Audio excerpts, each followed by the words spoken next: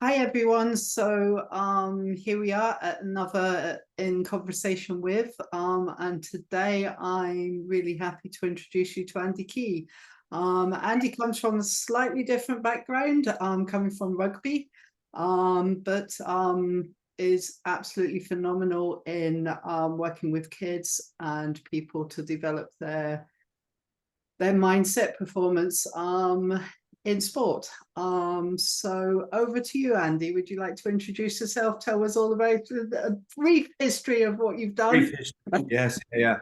So I'm Andy Key. My background is predominantly in rugby, although currently at the moment working with a lot of young sports people, both in a whole range of different sports, from shooting, football, cricket to karting. I do have one lad that I'm working with on rugby, and I'm still coaching in rugby. But my background is in elite rugby, both having played at Leicester Tigers and Bedford, then went on to coach at Leicester. As part of that, set up the academy there. When the game went professional back in 1997, was asked to set up the academy there, and then went on to become director of rugby at Leeds Carnegie. So yeah, I've had a nice potted life over the many years that I've had in rugby, and thoroughly enjoyed it. And now, hopefully, giving something a little bit back from what I've learned to support parents and youngsters in their development of their mindset skills. So taking that forward, supporting parents is just as important as supporting the children going forward. Families that do things together or create really good bonds and really good memories for the future, and really good, stable, confident performances. But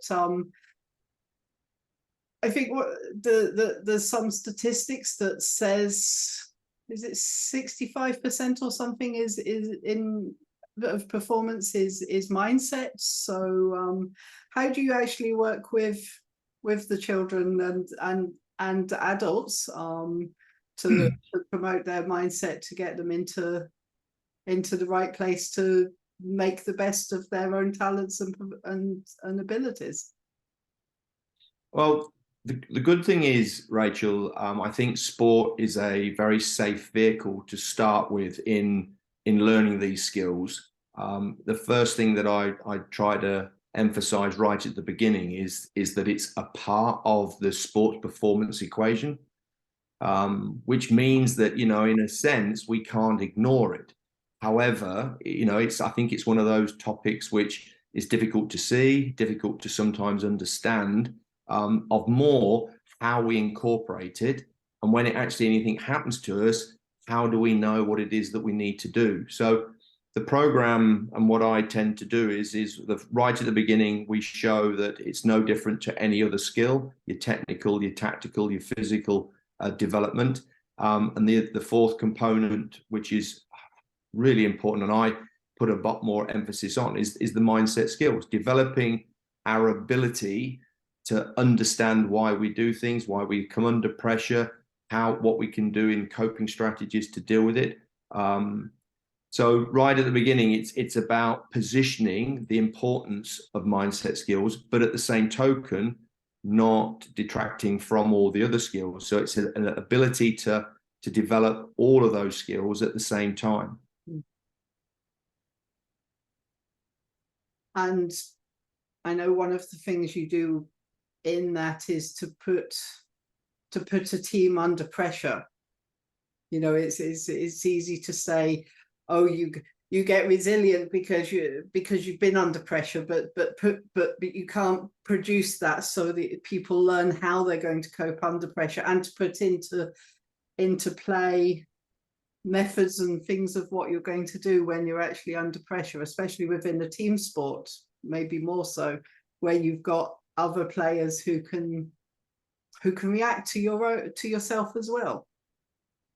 Yeah, one of the a phrase that I use when I'm doing the coaching, whatever it may be, a team sport or individual sport, is that we need to train the way we want to play. Hugely important that we can't just expose, or the danger is that we just expose ourselves in competition and then find out what it is that we don't know, or we find out that how we're going to deal under pressure.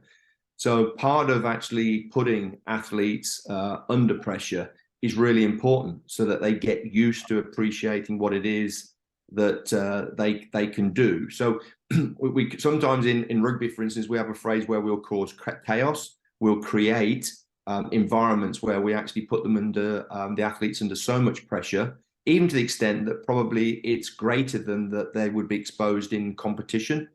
But at least now we're sort of filling their brain, we're getting them used to dealing with pressure, so that as they start to understand how they personally react in a team sport, they can also understand how others may react. And so they start finding out how they can actually help each other. So the whole essence is that by the time we come to competition, whatever that might be, whether it's individual or collective as a team, we're all aware of what we might get exposed to, and we've been through scenarios about how we might deal with it. And that helps us to reduce the pressure around us and allows us to think clearly when we are put under pressure. And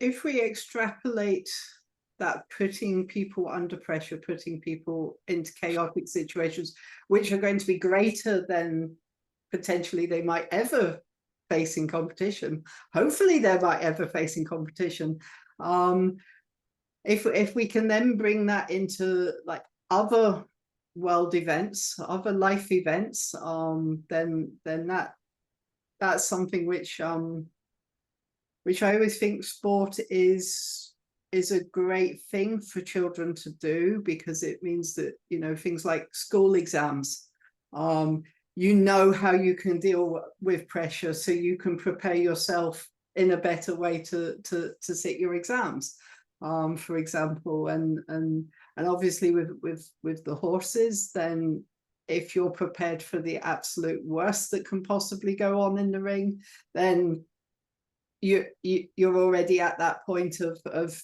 being able to say, okay, that happened, click, go on to the next thing. I always think one of the things that I find coaching with people is, if something happens at the start of competition, the people that have got the practice in coping with pressure can switch off straight away from that and concentrate on the rest of it, rather than whilst doing the rest of it they're still running through what happened at the start. And I think also, you know, that can happen in life as well. So how do you go about sharing that with children and adults?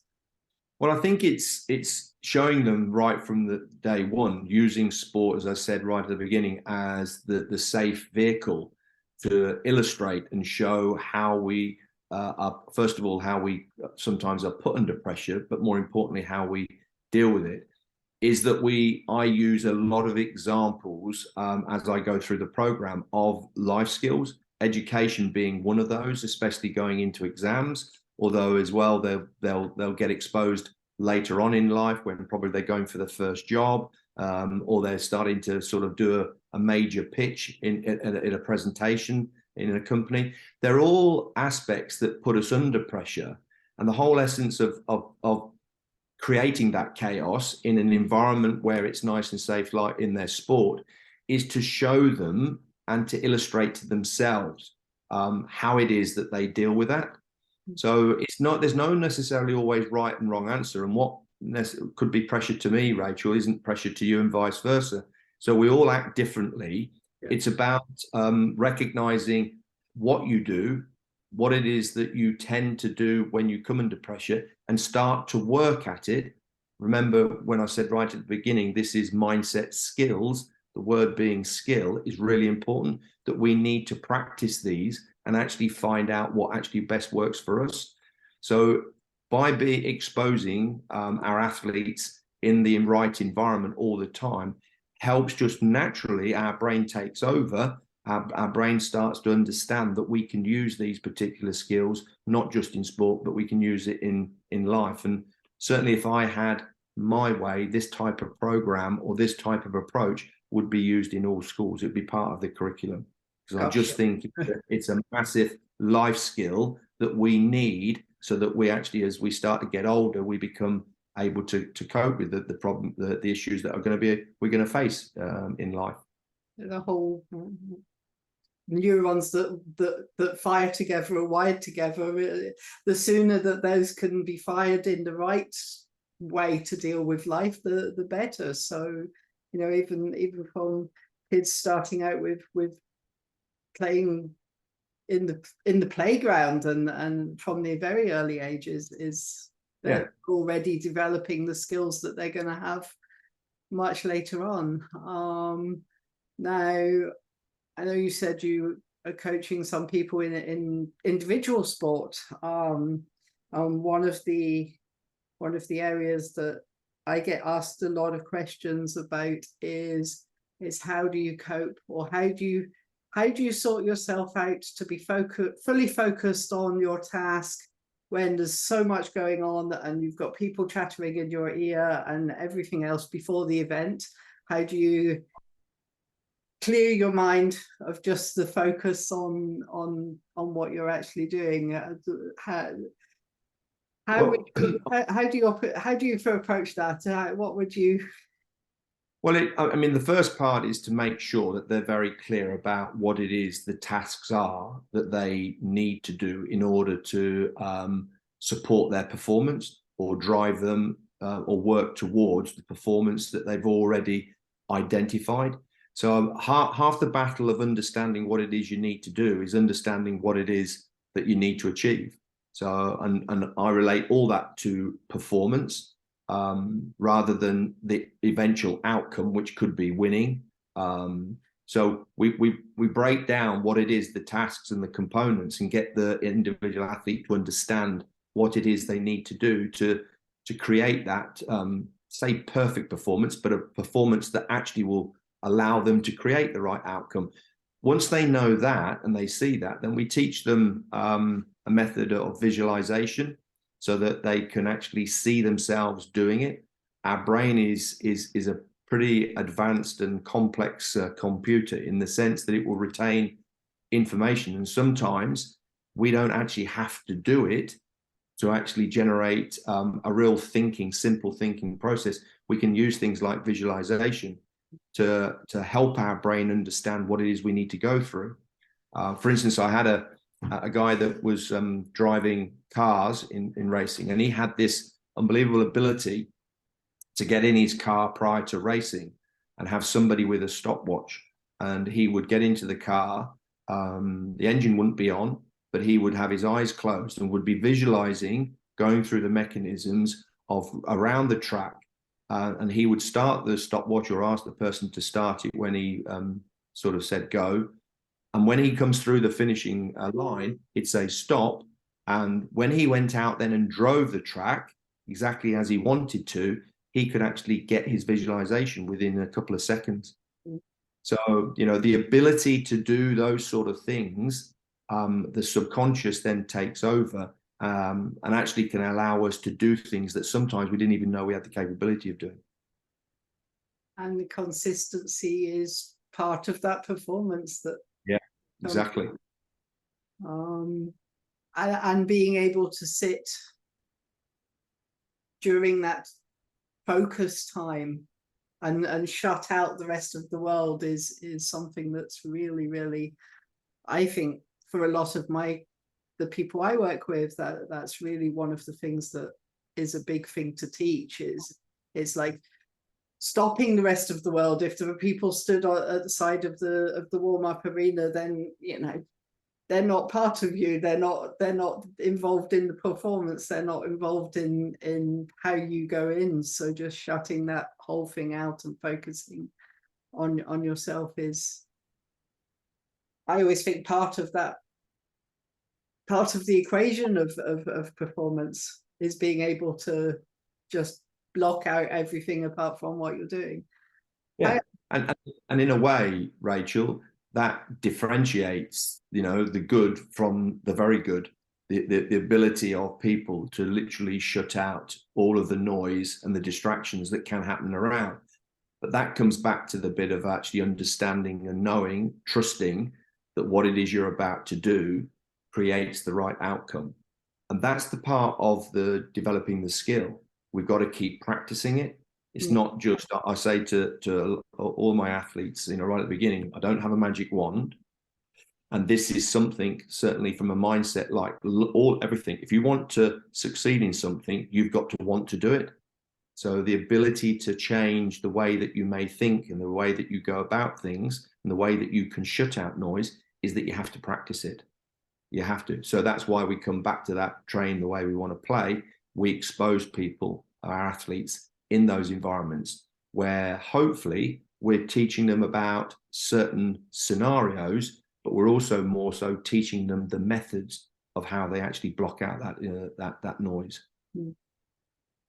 Which is, as you said, what differentiates the good from the very good, because it's, you can go in there and not let the psychological damage happen. Correct. Exactly. So if you were training a person, if you were working with a family to bring on someone, what advice would you give the family to help at home? Because you know you're only seeing someone for maybe an hour or two a week. The family is part of the equation as well. How do you work with the family dynamic? Part of the equation of the parents supporting their child. I mean, the most important thing, and I always say this, it's a capital P, small c. Parents are there to be parents, you know, and we'll always get emotionally involved with our children because, you know, they're our loves, you know, and everything else, you know, our kids. So that's going to happen. But we've sometimes got to be able to do a sort of stepping back and being able to observe what it is, what are the triggers, what is it that actually your son or your daughter allows or influences the decision to unfortunately create a poor performance, or what is it that actually helps them as well to generate and develop a high performance? What is it that motivates them? What is it that drives them towards it? And that's what we call this self-awareness, self-reflection. So even with the parents, it's actually helping their child to become more self-aware of what it is that actually happens to them. And again, we say a technique, we give them a certain tool that allows them to write this down. One of the most important things, I mean, school, the reason that a lot of stuff that we do like maths is why do we keep doing sums over sums over sums is because, you know, we want to teach the brain that actually we know the method of actually how the equation works or how the sum works. That's no different about learning ourselves. By writing things down and being aware of what it is that triggers you to behave sometimes in a particular way or get distracted, diverted, which takes you away from your task. The more that you become more aware, then there's something that you can do about it. And that's where we have to tease that out. So constantly what I'm doing is challenge them to understand what is it that happened? What is it that happened around you? What were the behaviors that you adopted? You know, and slowly we get them to show that they actually, what they're focusing on is something that either they can't control or it's something that has little or no effect on their performance. So why are we worried about it? And slowly by showing and demonstrating and then going out and practicing it, then coming back and self-reflecting again, we slowly go through that change process. So self-awareness is the biggest single aspect of really getting people to change. And parental help in that is so vital. Yeah. And that's probably useful for the parents as well, because they might self-reflect as well. Well, I have had a few in the past that have turned around and said this has helped me just as much as it has, you know, sort of simply because they didn't appreciate how actually just sitting back and thinking about what it is that you do, it puts a different perspective or even a better perspective on what it is perhaps you need to do in order to improve your performance. And in a way, it doesn't matter what we do, everything that we do in life, everything that we do every day today is a little performance. So do we want to perform well, or are we not bothered? And unfortunately, if we have a type of attitude where we're not bothered, there's a good chance that most things that you do aren't going to be too good. Yeah. Certainly not at the level that you want them to be anyway. And coming from the self-awareness thing, I don't know about the people you work with, but sometimes the people I work with, that they'll say something and they kind of expect they're the only person in the world that feels like that, and you say, well, that's that's quite normal. Everyone feels that, and then they'll maybe talk to someone else, and they say, oh yeah, I have imposter syndrome. I do this, I do that, and all of a sudden that normalcy of feelings kind of brings down another layer of pressure off people and allows them to sort of perform a bit more. Do you find that if you have, like, I guess in a team scenario, it's possibly easier because you've got a whole bunch of children in front of you, and one of them might say, well, I feel like this, and another one goes, oh yeah, I feel like that. So that is that part of one of the, do you find that as well helps? I definitely. I mean, part of self-awareness is, and that reflection is a bit of the honesty, is making sure that you feel comfortable with yourself and that the fact that you can express. And I think there's always that embarrassment bit, isn't there, about, do I, don't I? More in a team, actually, you get to find that if I put my hand up and shout out and say something, am I going to be laughed at? Am I right? Because we always want to be right rather than we want to be wrong. But the reality is, right through life, right at the beginning, we learn the correctness, or we learn the best way by actually failing, first of all, by actually getting it wrong. So again, making the youngsters feel comfortable about sometimes just having a go. We don't have in our household, and never have had, the word, the kids could never say to me, I can't do that, Dad. Because we can always have a go, we can always do it, using the language there, don't worry about that, another time. That might be more of a way of almost like saying, that's right, that's the relief, now I don't have to do it. Whereas really we should actually be encouraging more to say, look, just have a go, do it, see what you feel. Who knows, you actually might be pleasantly surprised that you're actually quite good at this, or that you actually are that you just enjoy it, because that's a part of the kids side of things, is having unbelievable fun. So the danger is, if we have this, we can't, the danger that we're taking the fun away from them as well. Whereas if we encourage the can, which is the bit that I have in my program, can't to can, is that we're encouraging and helping parents to understand how we can actually support our child to develop by saying, I can always can, I'm going to do this. And the more that you can get your child to do that, the more confident they become, the more they believe in themselves. And again, they're pretty important factors about actually developing strong mindset. And I guess when you think about it, even our feeble attempts as babies to learn to walk, we spent more time on our backsides than we did on our 2 feet. And our parents encouraged that. Great. Yeah. I mean, in the animal kingdom, isn't it? If they don't get people, if the sort of new calves or the new horses or whatever, if they don't get on their feet quickly, they're susceptible to being picked off by, and certainly in the bigger world, not so much in the UK, but in Africa and places like that, there's predators that are for a quick meal. Yeah. So very quickly, what part is it in us that very quickly recognizes that that's what we have to do? That's about survival. That's what our brain does. Our brain, we are animals that are all about surviving. So most of the things that we do is about survival, which is why sometimes the fear factor comes in. But then fear factor can be a great motivator for us to go and do something. So you're right, right at that early stage when we're learning to walk, we don't give up just because we can't do it the first time. We keep going and going. That inherent element of us says that it's important for us to walk. So we get on and do it. But we get the encouragement as well from our parents. Yeah. That's so different later on when we're being exposed to things that may be seen to be a little bit more difficult. We can still use the same process. No different. and having fun is ultimately the whole point of. Yeah, definitely.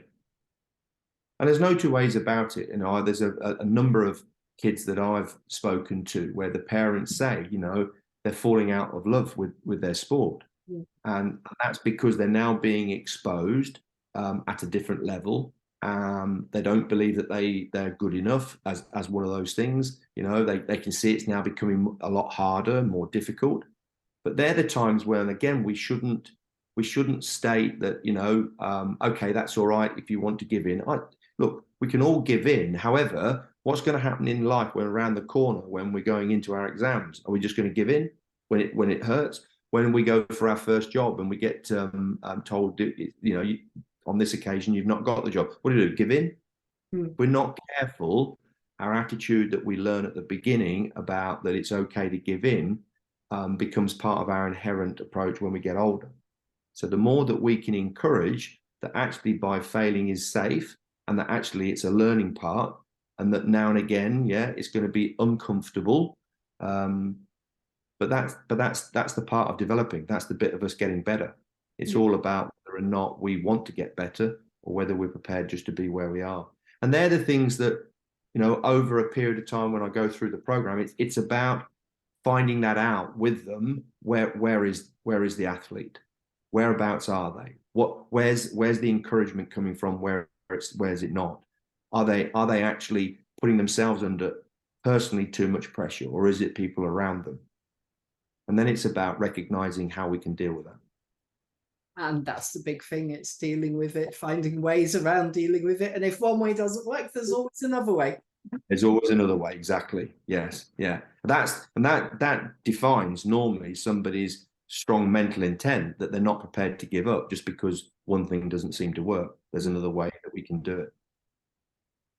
So in summing up, if you had to pass on three parts of what you do, of what you believe, of what you enjoy teaching, what you want people to pick up on, what would you like to be best?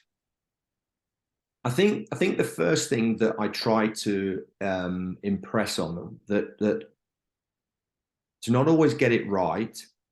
Failure is a word that unfortunately is out there, but we don't always want to sort of put the emphasis on that. Sometimes it's about that we're just not going to get it right. Sometimes we're going to feel uncomfortable about that. It's more about making them feel very good about themselves and that is part of the learning and development process.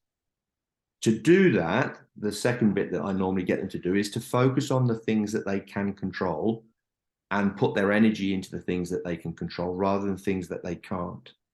And lastly, the bit that then backs all of that is just trust. Believe in yourself. Trust that what you've done is good enough and it will get you the success. But you've got to back yourself to go and actually do it, because then you come back through that cycle again. Did I do as well as I needed to do? No, still need to get it right. Okay, so what did I learn from it? And back through it we go again. So we get through ourselves, going through that little sort of cycle of testing it, reviewing it, seeing what I need to do differently next time, and then having the right mental intent to push myself to improve every day. And that's the thing, isn't it? We're always learning. We're always on a journey. None of us are perfect with the best performance. So yeah, exactly. Yes. That's why we never reach our potential, Rachel, because there's always room for improvement. Yeah. But you know, there's always room for fun as well. Absolutely. Dead right. Let's make sure I'm in that along the way. Yeah. Okay, that's fantastic, Andy. And thank you ever so much for coming and sharing with us. It's been a welcome. Love to. Blast.